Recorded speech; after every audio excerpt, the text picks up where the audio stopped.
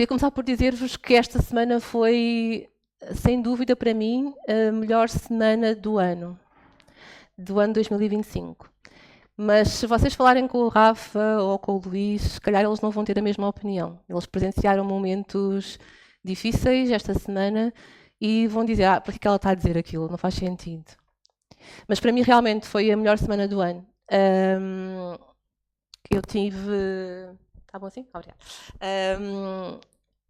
Eu tive o privilégio de conseguir tirar tempo para estar diante da palavra de Deus e um tempo diferente daquele que eu costumo tirar. Para quem me conhece, sabem, eu faço 3 devocionais por dia. Faço um de manhã sozinha, faço com as crianças, faço outra à noite sozinha. Então, assim, eu estou com a palavra de Deus todos os dias, mas esta semana eu tive o privilégio de estar de uma forma tão diferente que eu consegui dizer, uau, Deus. Sabem, aquela coisa de já estamos tantos anos com a palavra de Deus e de repente tu dizes, uau. E isso encheu o meu coração. Encheu o meu coração e de uma forma muito intensa, que seja o que for que eu passei esta semana e que outros passaram à minha volta, não me retirou aquilo que foi a beleza da palavra de Deus e da revelação que foi a palavra de Deus. Então a minha mensagem, a minha oração para hoje é muito neste sentido, que possam ter esse tempo agradável na presença da palavra, esse tempo de revelação, esse tempo em que o Senhor vos fala e vocês conseguem perceber, uau, tu realmente és Deus. Não é uma coisa banal, aquela coisa do dia a dia, aquela coisa para encher a agenda. Uau, tu estás aqui, Senhor.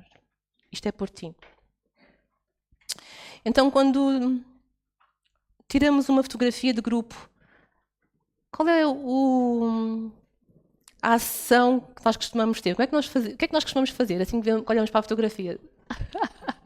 Isso, Braga. Nós fazemos um zoom para ver a nossa cara. Epá, será que eu fiquei bem? Né? Eu fechei os olhos, estava com a boca aberta, estava a sorrir, o cabelo estava bem, as meninas, né? O cabelo estava bem, a roupa estava bem, não ficou tremida. Nós fazemos um zoom para nós. E isso é no telemóvel, se for numa de papel, também vamos logo lá olhar para nós. E às vezes nós fazemos isso muito com a Bíblia, não é? Eu faço 3 devocionais por dia, mas eu escolho os temas dos meus devocionais. É por mim, não é? É por aquilo que eu preciso de escutar. E nós fazemos isso muito com a Bíblia. Nós fazemos um zoom daquilo que nós queremos, que é bom para nós, o que é que nos cabe, o que é que nos encaixa. Mas a Bíblia não é esse zoom. A Bíblia é um todo. E esta forma de olharmos para a Bíblia como fazemos na escola dominical de adultos, do princípio ao fim, é isso que nós devemos fazer, é olhar para a Bíblia como um todo. Então, se nós conseguimos olhar para a Bíblia como um todo, nós conseguimos perceber que a palavra de Deus existe não para mim, Xana, não para as minhas dificuldades que eu estou a passar neste momento, mas para um propósito ainda maior. Há um propósito maior, como dizia o Gaio esta manhã, há uma coisa a longo prazo. Não é o agora, o aqui e agora, a minha necessidade. Então, tudo o que lá está é sobre Ele, é sobre Deus, é sobre o seu plano de salvação, é sobre a sua vontade. Não é sobre como eu ficar melhor ou como outra pessoa ficar melhor. É sobre o que Ele tem planeado para o seu povo e para aqueles que Ele quer resgatar para si. Então, se nós dermos um passo atrás e mantivermos esta perspectiva, isso muda muito a forma como nós lemos a palavra de Deus. E ao mudar a forma como nós lemos a palavra de Deus, também vai mudar a forma como nós damos glória a Deus na nossa vida. Então, quem tem que ficar bem na fotografia é Jesus, não somos nós. Esse não é o propósito da Bíblia. O texto que vamos ler hoje juntos vai convidar-nos a olhar para a nossa origem, para a nossa identidade e para o nosso propósito. Sabes de onde vens? Sabes quem és? Qual é o propósito da tua vida? E sempre com uma nota de rodapé. Contudo, não é sobre ti. E é estranho, não é? Porque quando nós falamos de quem és, de onde vens, parece que é sobre nós.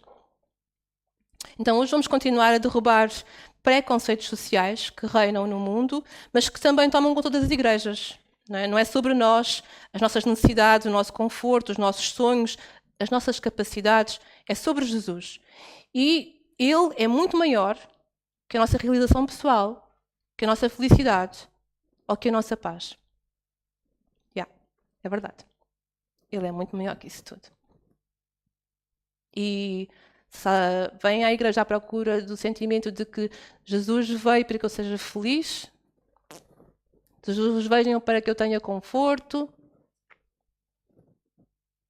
Ele é muito maior do que isso. É muito mais do que isso. Então, na última semana, o Luís falou-nos de um pequeno encontro religioso, não é? Isabel e Maria. Um pequeno encontro religioso, mas ainda assim enorme, como relevância, não é? A relação, a conexão entre Velho e Novo Testamento ali, a voz do que clama no deserto e o Filho unigênito no mesmo espaço. Hoje o texto vai avançar e vai contar-nos o que se passou após o nascimento de João.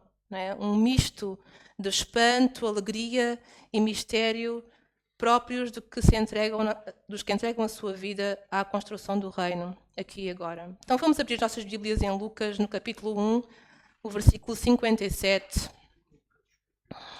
Lucas, capítulo 1, versículo 57.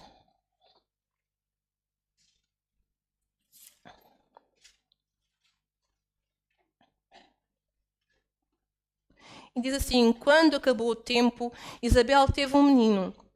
Os vizinhos e os parentes foram dar-lhe os parabéns com alegria, por verem que Deus tinha mostrado tão grande misericórdia com ela. Então, se fosse nos dias de hoje, esta teria sido uma gravidez bem difícil, não é? Estamos a falar de uma mulher já em terra idade. Então, imaginem naquele tempo, as condições eram mínimas e ainda assim Deus permitiu o nascimento do bebê. Naquele tempo, as mães e os bebés só sobreviviam pela misericórdia de Deus. As condições eram mesmo muito complicadas. E o caso particular de Isabel foi um sinal claro da fidelidade de Deus. Uma mulher estéril traz ao mundo um bebê em idade avançada. E não estou a falar só do parto em si, é todo o processo de gravidez. Tinha tudo para correr mal. Um sinal de misericórdia de Deus. Na história deste casal, descrito como justo, é possível espelhar a própria Israel. Consegue imaginar que, mesmo observando os preceitos da lei, faltava a Israel a alegria e um sinal de vida. A esterilidade de Isabel e de Zacarias pode ser comparada ao esgotamento da lei e da religião que era observada pelo povo. Por mais que se esforçassem, os condicionamentos sociais, culturais e religiosos não permitiam que a vida nova brotasse naquele lugar. Era necessária a intervenção divina. E agora sim, o coração de Isabel e Zacarias e de todos que os conheciam se enchia de alegria. O menino nasceu e estava bem. Que graça maravilhosa. Quem passou por um processo de gravidez sabe que tem desafios. Eu não sei como é que foi os vossos partos, mas o meu parto do Rafael foi muito, muito difícil. E aqueles longos momentos, eternos momentos que nunca mais acabavam, até que ele chora, eu só tinha Deus comigo. E eu não tinha mais ninguém a quem recorrer. E quando ele chora, eu choro de alegria também. A enfermeira que estava comigo dizia: mas está a chorar porque ele agora já está a chorar. Eu assim, então agora eu estou alegre. Então é aquele momento de aflição de nós saber, até que o bebê nasça, está tudo bem. Então eu consigo imaginar Isabel na sua aflição, no meio daquele lugar, e de repente o bebê nasce e com ela todos se alegram, porque realmente a situação é muito particular. Deus foi misericordioso com a Isabel, Deus foi misericordioso comigo. Eu chorei de alegria porque Deus permitiu que eu não perdesse aquele bebê, mais um bebê. E Isabel também estava alegre porque Deus permitiu que ela tivesse o filho que ela tanto desejava. Então, o Deus do impossível volta a manifestar-se ao seu povo. E em Tito, no capítulo 2, nós lemos que devem mostrar-se sempre bons e leais em tudo, para que todos vejam nas suas vidas que é boa a mensagem de Deus, nosso Salvador. E foi exatamente isso que Isabel e Zacarias fizeram. A vida deles apontou para Deus e não para eles próprios. E quem acaba por ficar bem na fotografia? Deus. Então o bebê nasce numa pequena cidade da Judeia e é filho de Zacarias, sacerdote do templo, Isabel, a prima de Maria, mãe de Jesus. E isto tudo revela uma origem e uma identidade. E por mais que Israel estivesse esgotado e estéril, era dele que a salvação brotaria, e eis que se inicia o cumprimento da promessa do Salvador. Deus deu um filho a Isabel e Zacarias porque eles muito desejaram, mas o propósito era muito maior que este. Então vamos continuar a ler o texto, versículo 59. Quando o menino tinha 8 dias, foram circuncidá-lo e queriam pôr-lhe o nome de Zacarias, como o pai. Mas a mãe disse, de maneira nenhuma, ele vai chamar-se João. Responderam-lhe, mas não há ninguém na tua família com esse nome? E perguntaram por gestos ao pai do menino como é que ele queria que o filho se chamasse. Zacarias pediu então uma tabuinha e escreveu, o nome dele é João. E ficaram todos muito admirados. Então, a tradição ditava a circuncisão e que o nome tinha que ser Zacarias. Mas o plano de Deus é diferente, só para variar. Né? Não se demonstra ser de Deus só com sinais exteriores. Não há forma de sermos de Deus só porque nós o dizemos ou porque temos alguma coisa no nosso que nos marca. Há toda uma forma de estar na vida que nos identifica como filhos de Deus. E a identidade do bebê vai ser outra. Não é Zacarias, é João. E neste trecho é interessante como Lucas faz questão de ressaltar o papel inovador da mãe. Hoje, nós as mães e as mulheres temos muita voz, não é? Eu estou aqui sentada e eu posso dizer muitas vezes ao líder, não quero isto, eu quero aquilo. E muitas das vezes a minha vontade é que prevalece. Naquele tempo não era assim. Então, Lucas aqui mostra claramente como a voz da mãe surge como uma voz de poder e de decisão. E como isto quebra mais um sinal de tradições e preconceitos sociais. Mas os apegados à lei continuam a querer que as coisas permaneçam como sempre e voltam-se para o pai. Mas o pai confirma. O nome dele é João. Estão a perceber? Não é sobre nós. Não é sobre tradições familiares ou culturais. Não é sobre aquilo que os vizinhos, amigos de Isabel e Zacarias queriam. É sobre um plano maior. Eu sei que nós ficamos muito confortáveis e seguros com tradições e regras, mas Deus claramente está a dizer-nos que eu é que sei. É a minha vontade. É sobre o seu plano de salvação em Jesus e mais nada. E Zacarias e Isabel sabiam disso? E nós? Nós temos consciência disso? Como é que está a nossa religiosidade? O nosso coração precisa de ser circuncidado? É que Deus não se contenta com aparências e não há nada que nós possamos esconder dele.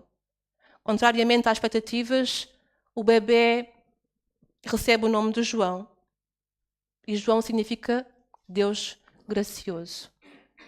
O Deus de misericórdia que desceu sobre Isabel e Zacarias, mas também sobre todo o povo. Um nome que recorda a misericórdia de Deus, a bondade e a forma como ele escuta as orações dos seus. E neste momento de confirmação do nome que acontece, e é neste momento que acontece algo maravilhoso. Não é? Vamos voltar ao texto.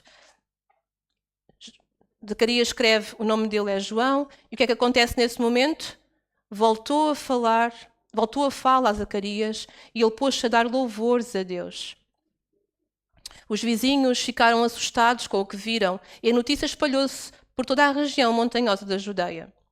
Todos os que ouviam falar do que tinha acontecido ficavam a pensar e perguntavam: que virá a ser deste menino? De facto, a mão do Senhor estava com ele. E agora cumpre-se a promessa do anjo. O anjo de Gabriel tinha dito a Zacarias que assim que ele assumisse que o bebê ia ser João, ele voltaria a falar. E a boca de Zacarias se abre. E é este momento em que todos ficam espantados. assustados por perceber como é que Deus age nas nossas vidas.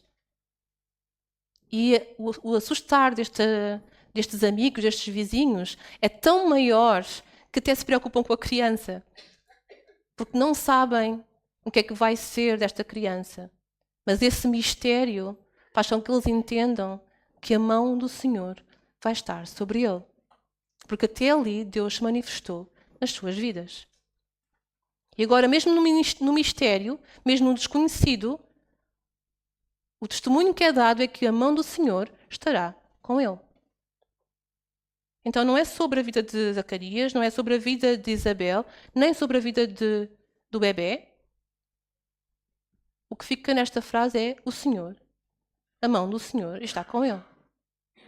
É o Senhor que se manifesta. Percebem o que é que Zacarias faz assim que começa a falar? A primeira coisa que Zacarias faz, ele louva ao Senhor. Ele não diz nada como ajuda-me, ajuda-me, ajuda-me, ajuda-me. Ele diz santo, santo, santo.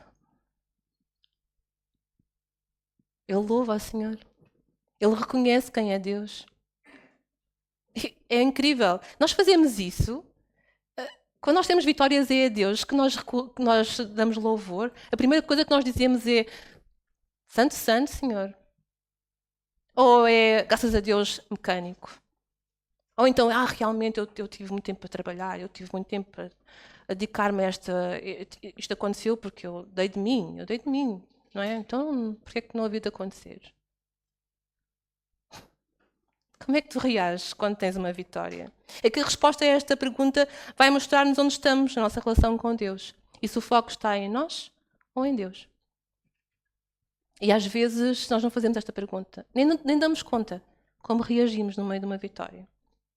É que Zacarias volta a centrar tudo em Deus. E isso é visível e perceptível para todos os que estão presentes. Então, o cântico que se segue é um dos 4 cânticos de Lucas.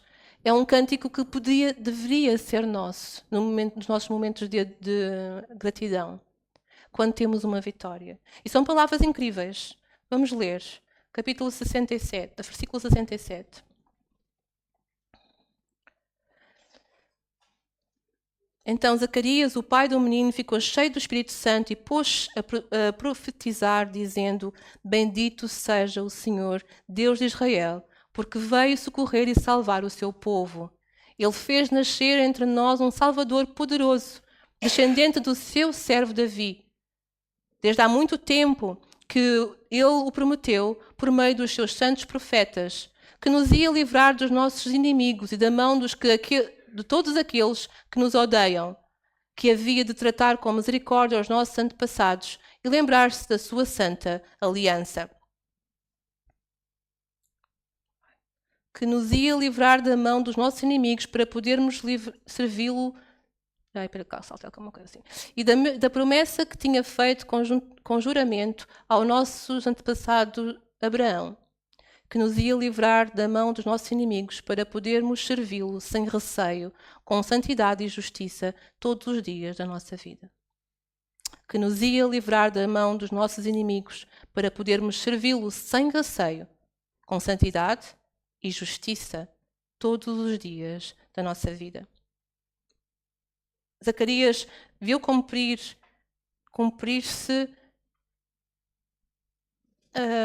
a promessa de Deus. E aqui mostra a sua conversão. Quem é que foi o primeiro convertido em Lucas? Quem é que se converteu primeiro? Isabel, certo? Quando ela encontra Maria, ela diz: o meu Senhor, ela reconhece que está ali diante dele o Senhor. O segundo convertido é Zacarias. Aí está. Um bebê que acabou de nascer, tem 8 dias, já converteu 2. Eu tenho 45 anos, eu não sei se eu converti alguém ainda. Mas estão a compreender a lógica? Um bebê que se permite usar e já converteu 2 pessoas. E eu não sei, mas aqueles que estavam a escutar, provavelmente muitos se converteram também ali naquele momento. Então é o pai que é convertido pelo filho. As primeiras palavras são para Deus e para o Messias. Este reconhecimento, esta profissão de fé de Zacarias é incrível. Nós não fazemos isso nas nossas orações, nós começamos as nossas orações: Senhor, ajuda-me. Senhor, eu preciso disto. Senhor, eu não sou capaz. Senhor, eu estou cansada. Senhor, credo, por amor de Deus.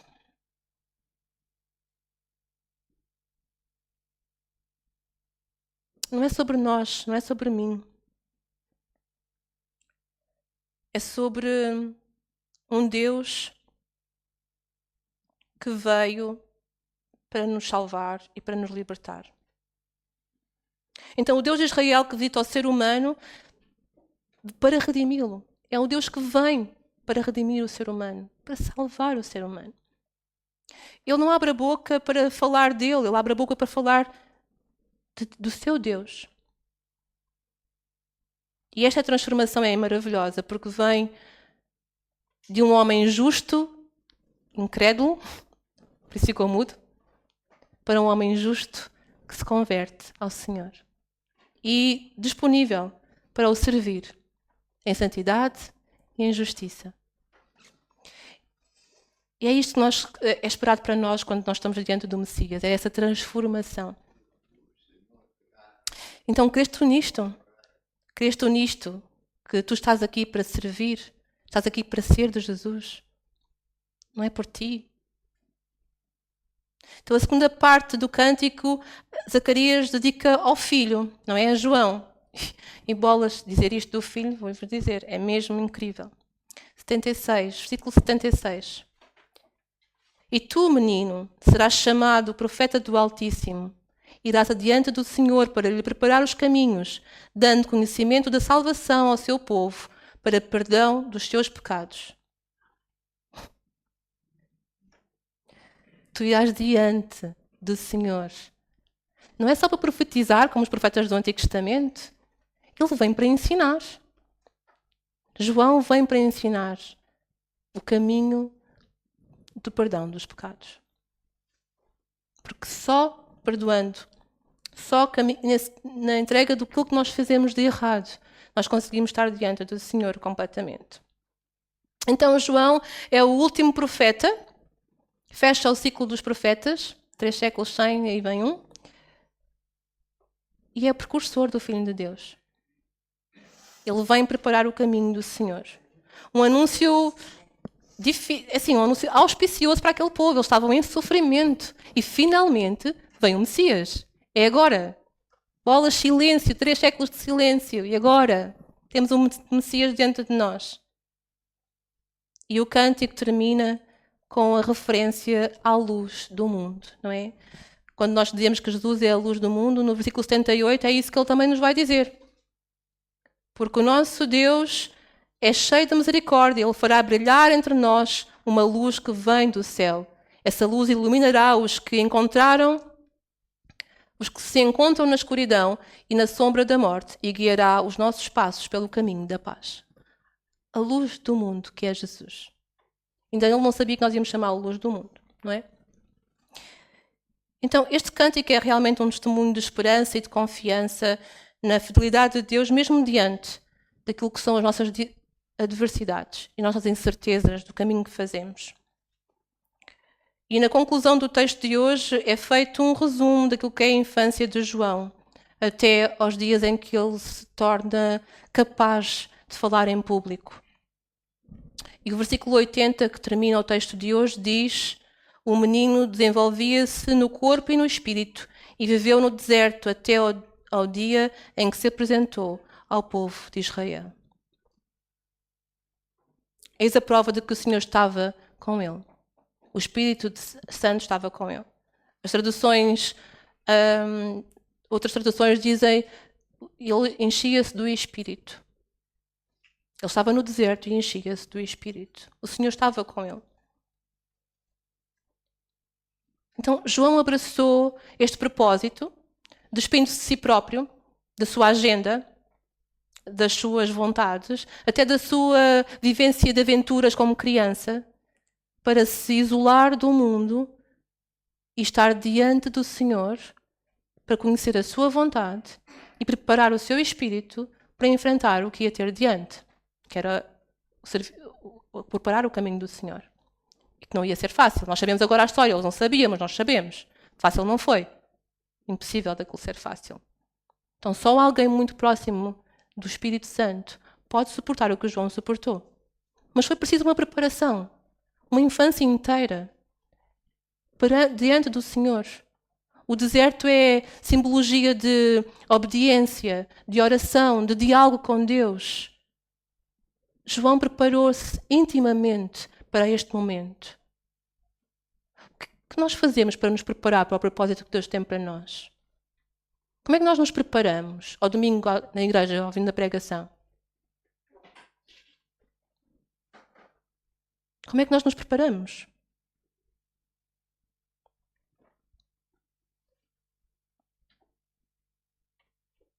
Então, irmãos, mais do que recordar uma personagem importante da história da salvação, o texto de hoje é um convite. É um convite a mudar. Só para variar, né? Nós temos feito tantos convites, nenhum foi para mudar, pois não?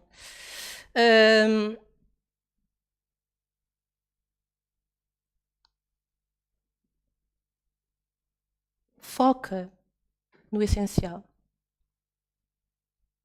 Foca no que é importante.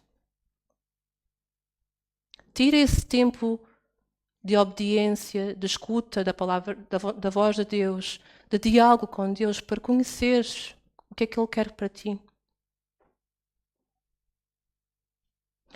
Lembra-se da nota de rodapé que eu vos disse no princípio? Contudo, não é sobre ti. Então não é sobre as tuas dores, não é sobre as tuas dificuldades.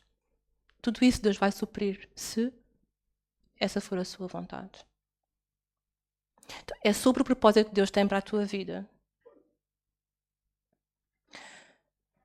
Fidelidade a Jesus implica aceitar os valores de Jesus, acolher a sua misericórdia e a coragem de romper com todos os entraves àquilo que nos leva a difundir o amor de Deus. A ousadia de Isabel, o ministério de João, são sinais de como é necessária uma conversão contínua. Não é só uma vez, é uma conversão contínua para acolher o Evangelho com as suas exigências. João é João por causa de Deus. Origem, identidade. Eu sou Xana por causa de Deus. Tu és quem és por causa de Deus. E assim como Deus viu o potencial do João antes de nascer, Ele viu o teu potencial também, o meu também. A diferença é, eu escolho ser guiada pelo Espírito Santo e seguir esse propósito, ou procuro apenas aquilo que eu preciso e que eu quero. A diferença é, eu procuro a solitude diante do Altíssimo, ou procuro os lugares onde eu vou ter o bater nas costas para as minhas decisões. Abraçar a verdade de que Deus é a origem do nosso ser e o princípio daquilo que ainda vamos ser permite-nos olhar para a nossa vida, já não como nossa, mas como dele. E quando buscamos o sentido para a nossa vida fora do Pai, fora daquilo que Ele planeou, então estamos destinados ao desespero. Nós podemos saber onde nascemos, até podemos ter a certeza de quem somos, e às vezes até nisso nos enganamos. Mas o nosso propósito, esse, está muito longe de uma carreira de sucesso ou sonhos ambiciosos. Ele está no Senhor. Ele é a nossa origem, Ele é quem nos dá a identidade, é Ele que nos revela a missão. Então hoje que tenhamos coragem de ir a Jesus e perguntar: por que é que eu nasci? Quem é que desejas que eu seja? O que é que queres que eu faça? E se o texto de hoje não foi suficiente para abalar o nosso coração, eu posso sugerir uma leitura. Um livro que se chama Uma Vida com Propósito, do pastor Rick Warren. Ele já está em português, por isso podem procurar. Uma Vida com Propósito. Pode ser que aí consigamos ter mais caminhos, mais orientação do que uma pregação de 15 minutos. Mas este é o objetivo. É seguirmos um propósito que não é o nosso, mas o Deus. O de Deus. Então que Deus nos abençoe e nos guarde e nos guie nesta caminhada, para que sejamos capazes de viver de acordo com a sua vontade e não a nossa. Amém?